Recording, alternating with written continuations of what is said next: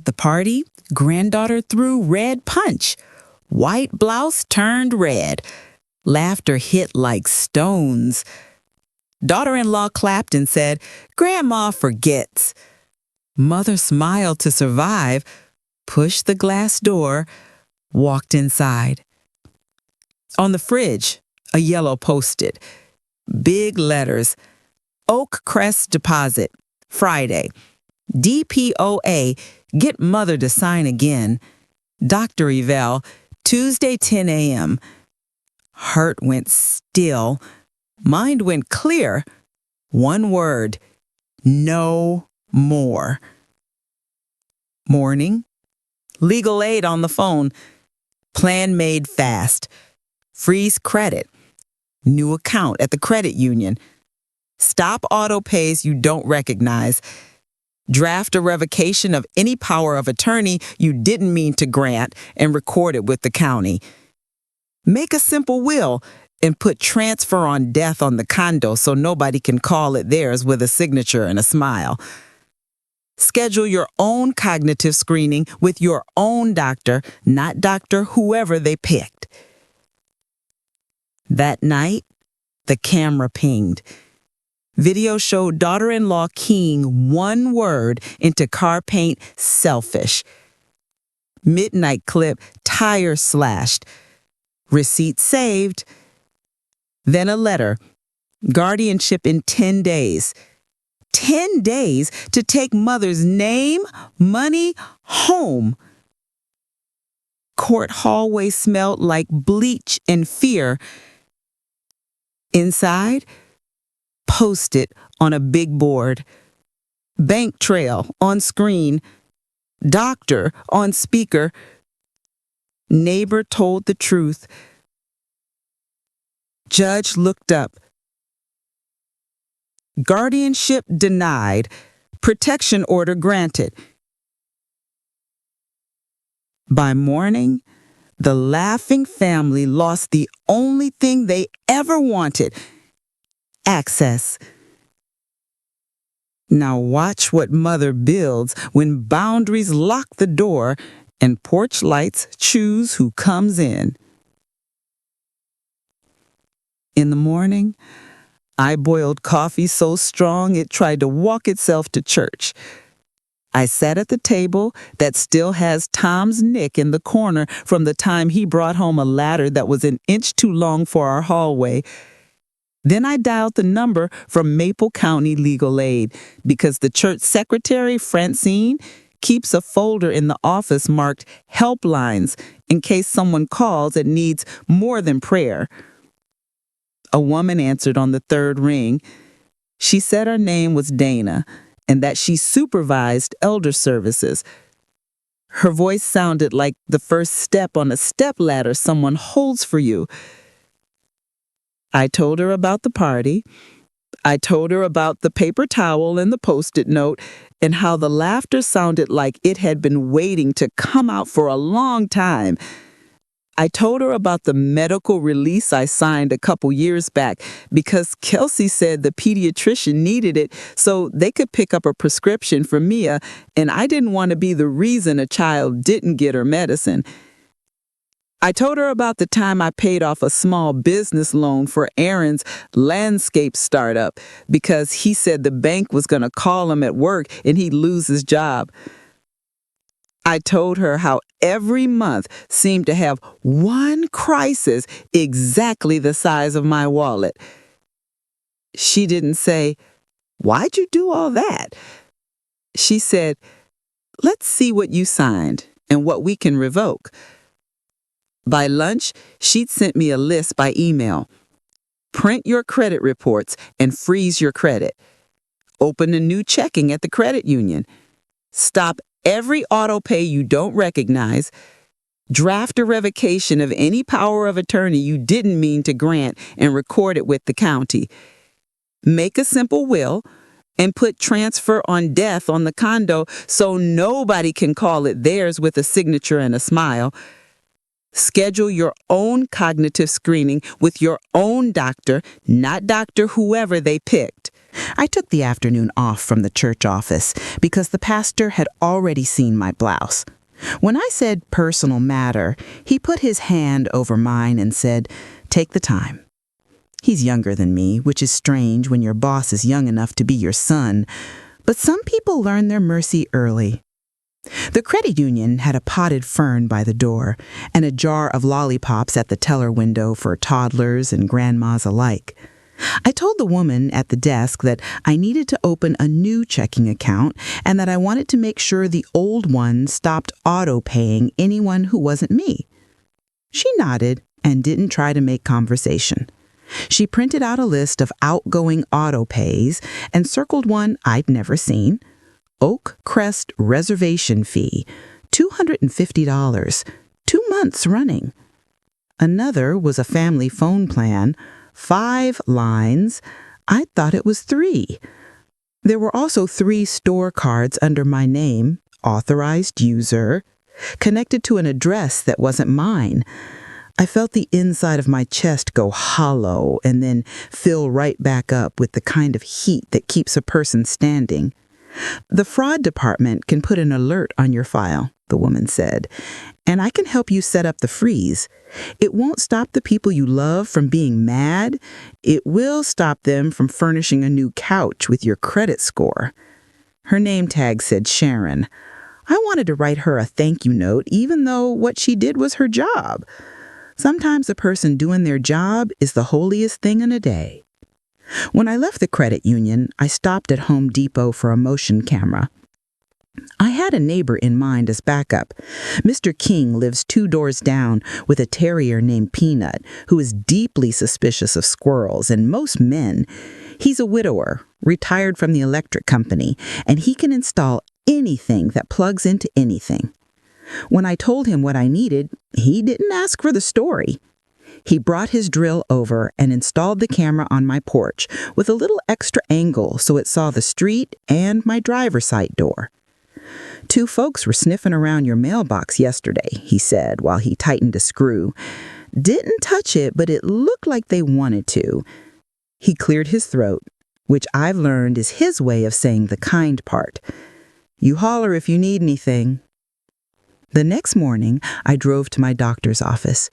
Dr. Patel is the kind of physician who reads the notes you bring and then asks about the notes you didn't write down. She gave me the standard cognitive screening: remember 3 words, subtract by 7s, draw a clock with a specific time. The whole test embarrassed me and also made me determined. When she finished, she smiled with her eyes, which is how you know the smile is real. "Cognitive function normal," she said. She printed it on letterhead and circled the phrase, "You bring this to anyone who needs it." When I pulled into the church lot after lunch, Aaron and a woman I didn't recognize were waiting by the door. The woman had a notary stamp and a mouth that looked like she didn't care if you said yes or no so long as you said it quickly. Aaron held a stack of papers with colored tabs sticking out like tongues. "Mom, hey," he bounced on his heels. He always did that as a boy when he'd made up a good lie. "Kelsey has a meeting, so can we just sign these quick for me at school? It's just medical release and emergency stuff." "Sure," I said, and I took the top paper. It wasn't a medical release. It was a durable power of attorney giving Aaron and Kelsey full authority over my banking, property, and medical decisions, effective immediately, not springing on incapacity. The second paper was a healthcare power appointing them as my agents with the right to admit me to long-term care without my consent if, in their judgment, it was necessary. The notary uncapped her pen. I kept my fingers flat to keep from shaking. "I'll take these to Dana," I said, and I lifted my eyes so he could see I meant it. "Who?" he said. "My attorney." The word fit in my mouth like a mint. I turned the papers over and handed the stack back. The notary recapped her pen. "Mom, you're overreacting. Oak Crest is nice. We toured it." "You toured it," I said. I didn't. He shifted tactics. "You forget things. We just want you safe." "Then stop putting me in harm's way and calling it care." I didn't know I knew that sense until I said it. They left, and the church secretary offered me a cinnamon roll from the youth group fundraiser. I ate half and set the other half on a napkin for later. At my desk, I pulled up my bank again. There were 2 small charges from a local towing company pending on my old debit card. Authorization holds sometimes ping for strange amounts. It made no sense to me, but I was learning to note everything and ask later. That night, I came out to go to choir practice and found selfish carved into my driver's door. The porch cam pinged. 30 minutes earlier, Kelsey, ponytail high, eyes flat, had looked straight into the lens and dragged her keys along my paint. She smiled in a way I'd never seen on a human face. It was like the mask of a person who couldn't hear a no. I called the police. A patrol car rolled up with its quiet light bar on. The officer was young enough to be my grandson. He watched the video twice and scratched his neck. "Ma'am, we'll file this and the detective will circle back. Do you have any idea who—" He cut himself off because of course he had an idea. "I'm sorry this happened." The next morning, Dana filed for a civil protection order. The judge signed a temporary one the same day. It said they had to stay 200 feet away from my house and from me. It felt like a piece of paper, and it felt like a bodyguard. She also helped me change my phone number, put a fraud alert on my credit, and put my property tax account online so I could see if anyone tried to mess with my address. She thought of things I wouldn't have thought to think. Friday, a certified letter arrived. I signed for it while Peanut barked like the envelope had a criminal record. Inside were 15 pages that looked official enough to send a person into a nap. It was a notice of intent to petition for guardianship. Aaron and Kelsey were asking the court to declare me incapacitated. They referenced progressive memory decline and attached 2 incident statements.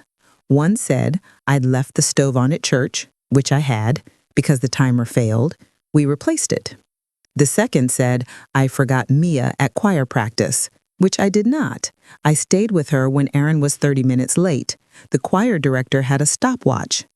They included a glossy brochure from Oakcrest with photos of women doing watercolor, as if that was the whole story.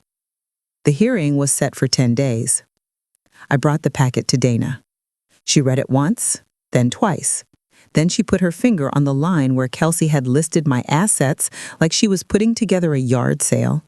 Condo equity, checking balance, Social Security deposit amount, collectible coin jar, sentimental.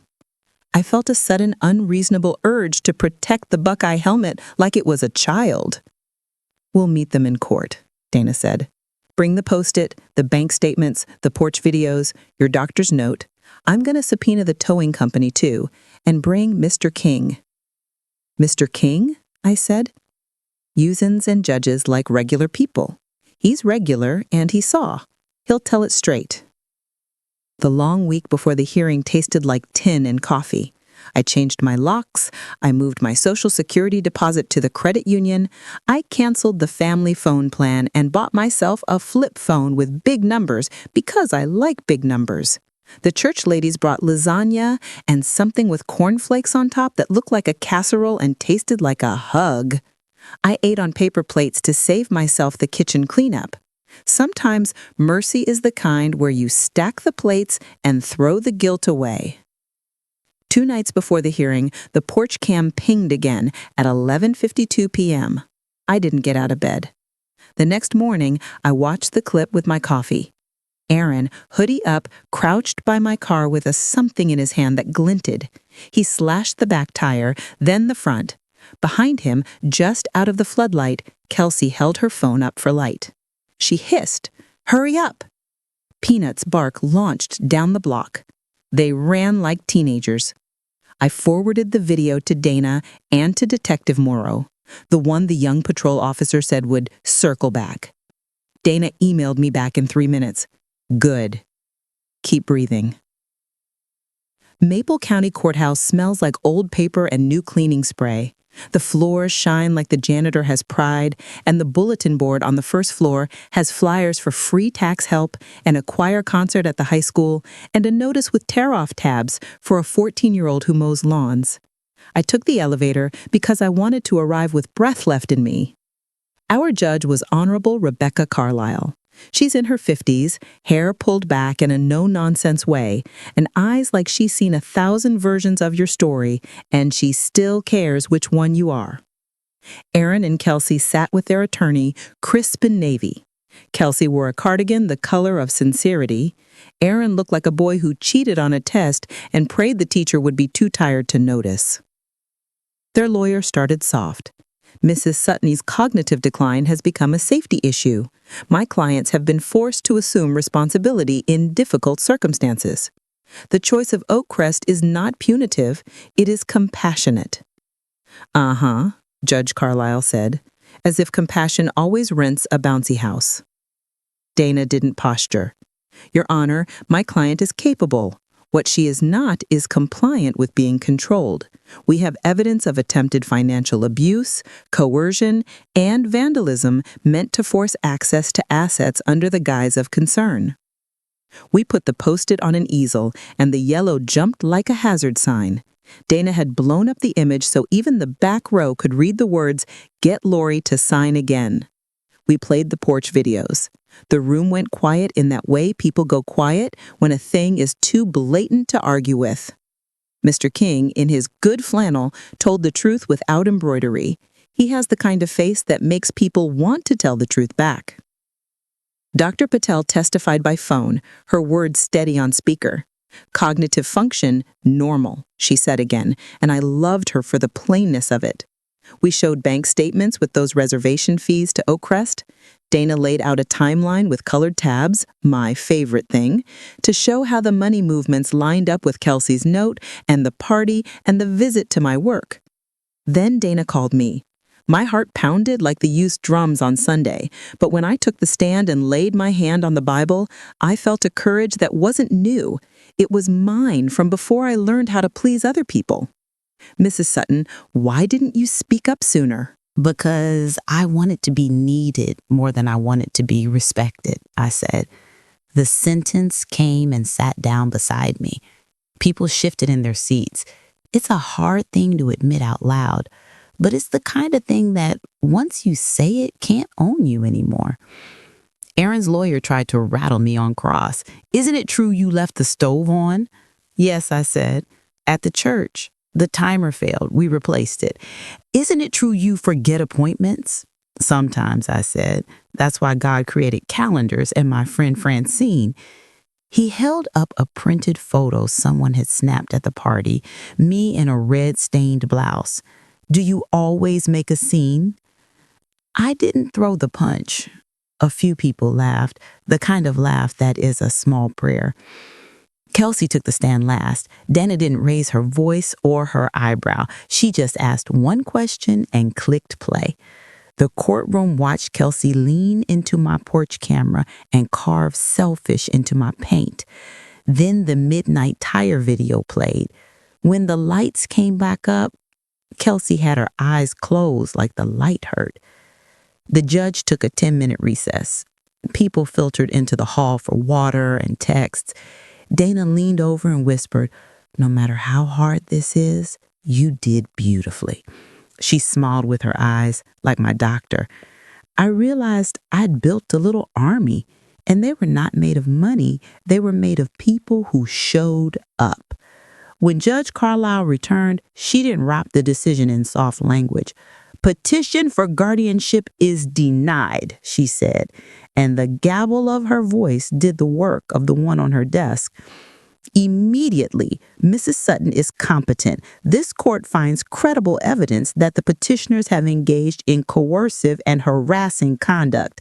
A 1-year civil protection order is granted. Petitioners are ordered to cease all attempts to access or control Mrs. Sutton's finances or medical decisions. Costs are assessed to petitioners. And if I see anything like this again, we will be talking criminal charges. The air in my lungs came back in. I had known how little I had been breathing. Outside on the courthouse steps, the sky looked bigger than it had the day before. Dana squeezed my shoulder. She said, "Go change your locks." She was practical as a grocery list.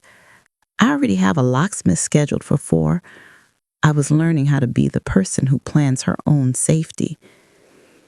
By the time I got home, there were 3 voicemails from Aaron. They sounded like the 5 stages of grief, but out of order. Anger, bargaining, nostalgia. He said, "Mom, we can work this out. Mia will be traumatized if you disappear like this." He said Mia 6 times like she was a coupon he could hand me. He didn't say, "I'm sorry." He never has in a way that sticks. I blocked his number. Then I sat at my table with a spiral notebook and drew 3 columns: money I control, time I control, people I trust. The first 2 lists got long. The third got 4 names: Dana, Mr. King, the church ladies, and me. I made a 4th column and called it What I Want. The first line surprised me: a coffee counter at the diner from Morning Rush. It landed in my chest with a satisfying thud. I've worked enough pancake breakfast to know how to make $1 smell like cinnamon. The diner owner, Janelle, is a woman who knows the going price of everything and the value of every one. She wears her hair in a scarf and her lipstick like armor.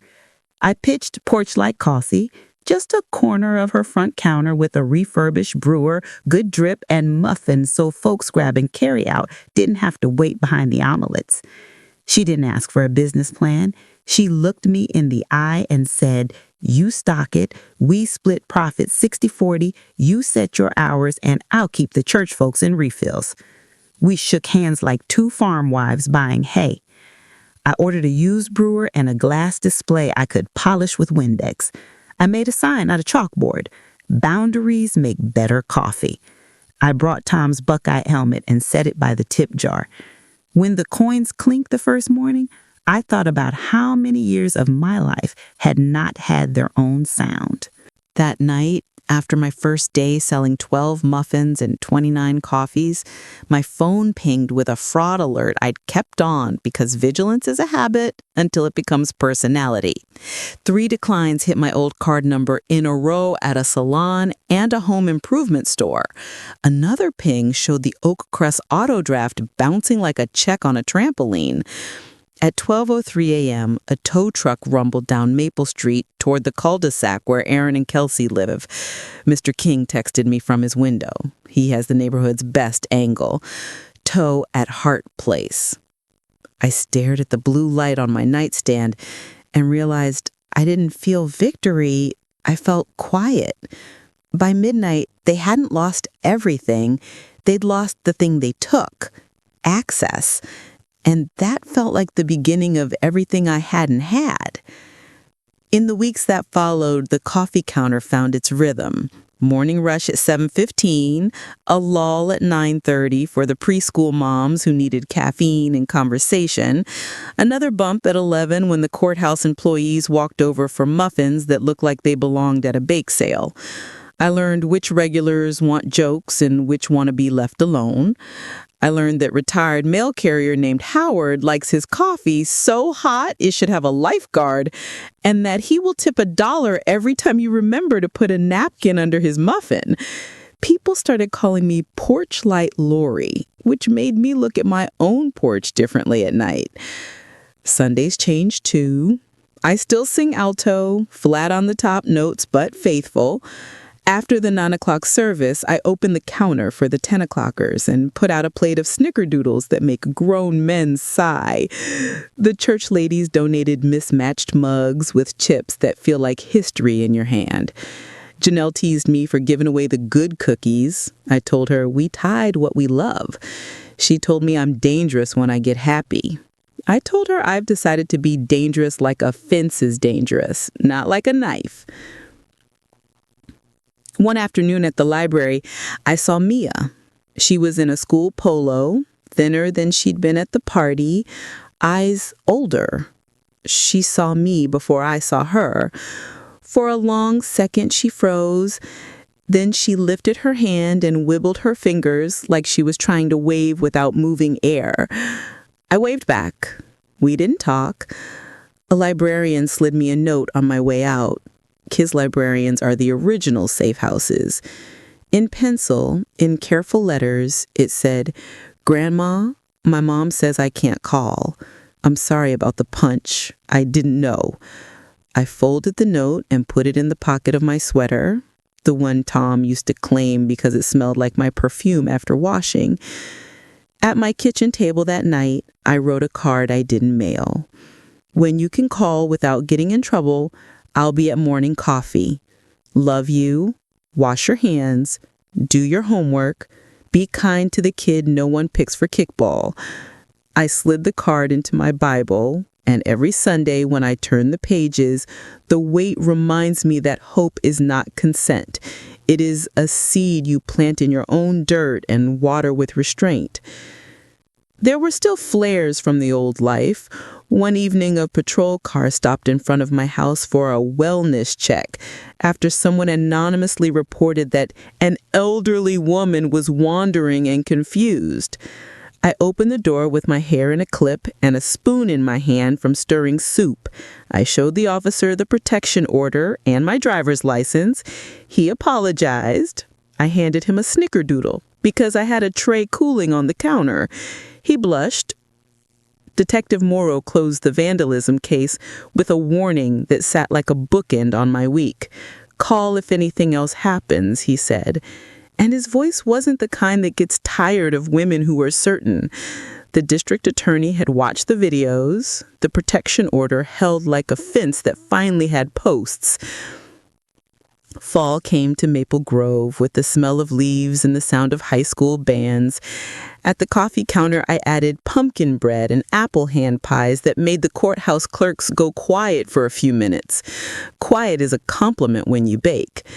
Janelle started saving the corner booth in the mornings for a little circle of us. Me, Mr. King, Howard, and a woman named Carlene who teaches second grade and can fix a copier jam faster than a repair tech.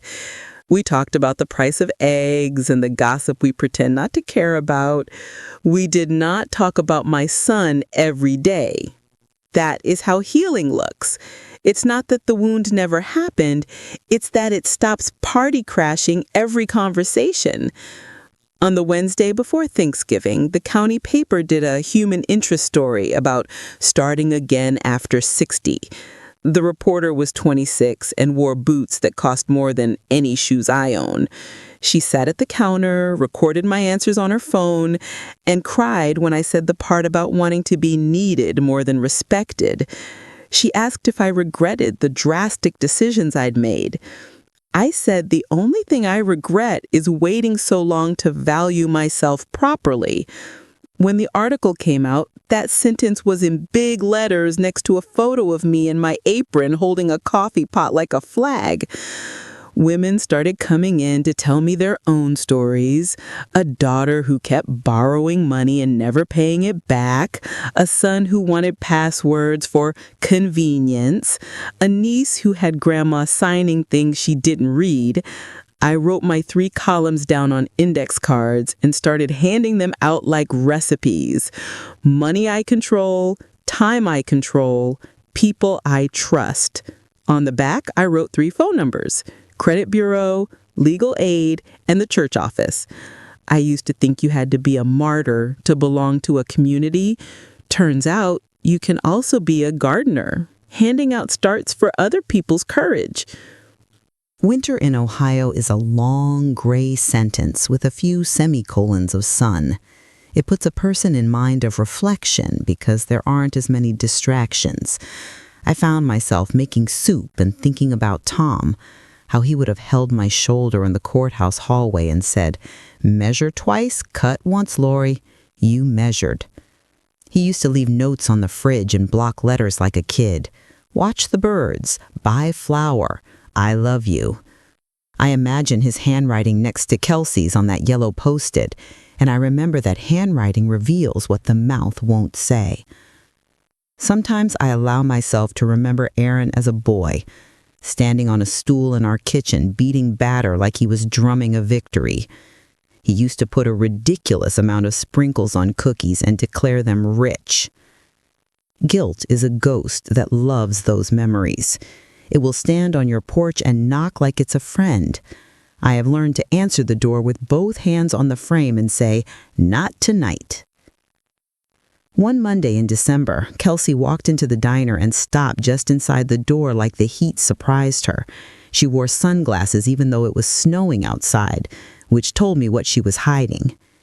Janelle clocked her in a glance and wiped her hands on her apron slow. The room got tight. You can feel a protection order like a crackle in your skin before you even see the person it protects you from. I stood behind my counter, both palms on wood. Kelsey looked at me, at the sign, at the Buckeye helmet. She opened her mouth like she might say I'm sorry, or she might say something that would force the whole morning to choose sides. Then she closed it, pulled the door open, and walked back into the snow. The bell jangled like a polite idea. I didn't move until my hands warmed the countertop.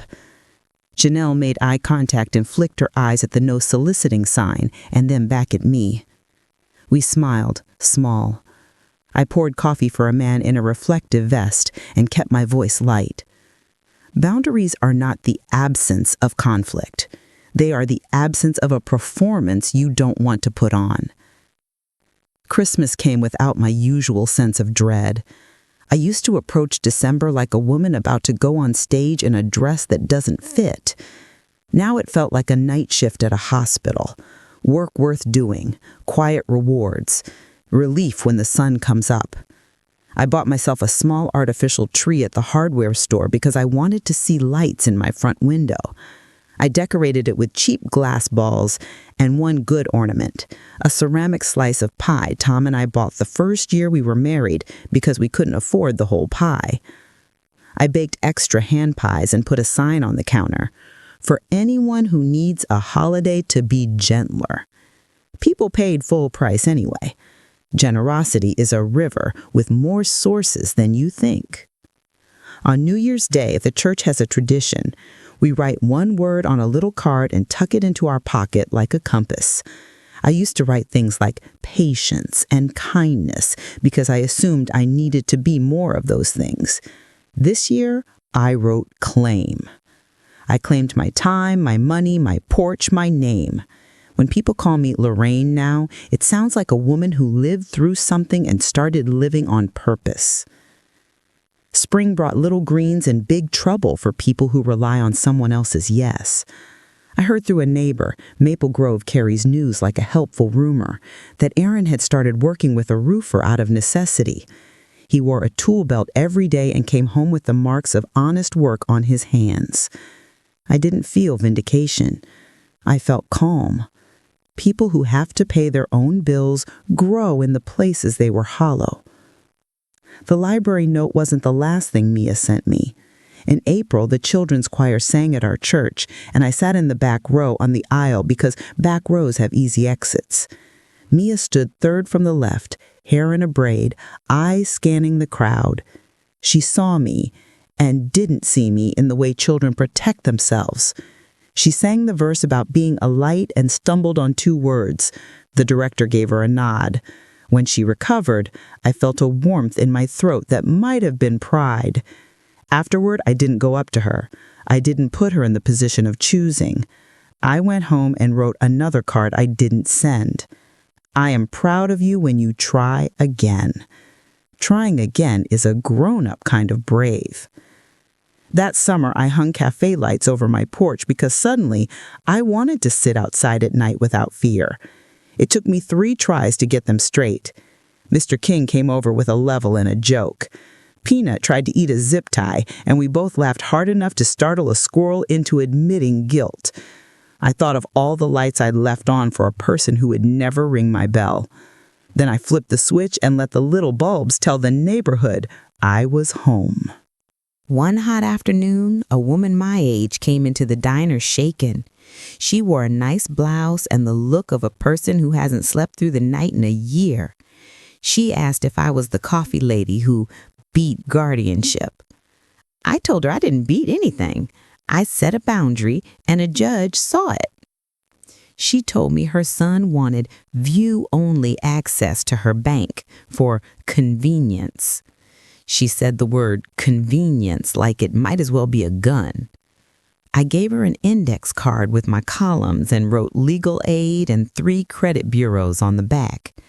I practiced the sentence I wish I'd known how to say sooner. You are not a burden because you won't be used. She cried a little and then ate a muffin like it had medicine baked into it. In August, the county fair smelled like fry oil and hay. The church youth group ran the pie booth, and I supervised for a shift because teenagers need somebody who likes them but isn't fooled by them. Aaron walked by with a ladder on his shoulder. He saw me. We had a moment in the shade of the sheep barn where air moves almost enough to count. He lifted his chin in the way men do when they want to nod without bowing. I lifted mine back. Respect is not always a deposit of affection. Sometimes it is a neutral space where no one is owed. As he walked away, he glanced back, and for a second I saw a boy in a kitchen icing cookies like a king. I let the image visit, and then I let it go. Year 2 at Porchlight Coffee felt like something I could stand inside of and call mine. I added chicken pot pie on Fridays and howled laughing every time a man in a suit took a bite and closed his eyes like a chapel. I learned how to say no to special orders because yes is a currency and I spend it where it returns joy. The church put me on the hospitality committee because no one knows how to triage a funeral luncheon like a woman who has fed grief and told it to sit down. When the Chamber of Commerce gave me a little plaque for Entrepreneur of the Month, I put it on the wall behind the counter where I have to look at it and can't get shy. People ask if I miss having a big family table. I say I do have one. It's just a counter now, with chipped mugs and folks who found their way to it on purpose. Carlene brings me coupons for butter because she hates to see me pay full price. Howard leaves me articles about birds because he knows I'll look up from my ledger for a cardinal. Mr. King fixed a squeaky hinge for me without telling me. The door just opened quieter one day. Janelle and I argue about politics with love in the room, and neither one of us blocks the other's number. I go to bed before the 11 o'clock news and sleep with the porch light on because I like to imagine late walkers seeing that light and thinking, somebody is up making the morning. Once a month, I take a long drive down the roads where Tom and I used to pretend to get lost. I talk out loud in the car, not like a crazy woman, like a woman who doesn't want her own company to go to waste. I tell him about the muffins that sold out and the woman whose boy brought her roses because she told him no and he realized she meant it. I tell him about the night the tow truck took the Hart's second car and how the sound of the chain didn't taste like victory. It tasted like a story ending that should never have started. On the first truly cold day of November, I looked into the little mirror behind my counter and studied my face the way I used to study bank statements. There were lines I hadn't noticed, and a light in my eyes that felt like a match cupped by a hand. I put on lipstick because it makes me feel like I'm driving the day instead of riding in the back seat. Then I poured myself a cup of coffee and stood by the window. It occurs to me now that people love to talk about forgiveness like it's a switch you flip. Forgiveness, for me, is more like cleaning out a drawer. You pick up one thing and decide if it's useful. You set aside the broken stuff you've been telling yourself you'll fix. You keep the pieces that still serve. I have not reconciled with my son. I have forgiven the part of me that thought my worth depended on being needed. I have forgiven the quiet teenager in me who smiled when it hurt so she could stay in the room. And I have forgiven the grown woman who took too long to leave that room and build her own. The moral feels like a bumper sticker, but I mean it with the depth of a winter night and a summer morning. Love without respect is just custody. Boundaries are the locks that make a home. I turn mine every evening and every dawn. Sometimes I hear a car at midnight on Maple Street, and I think about how easy it used to be for the world to pull up and take what it wanted. Then I look at my porch camera and my Buckeye helmet and the chalkboard sign and the little army of names in my pocket, and I sleep.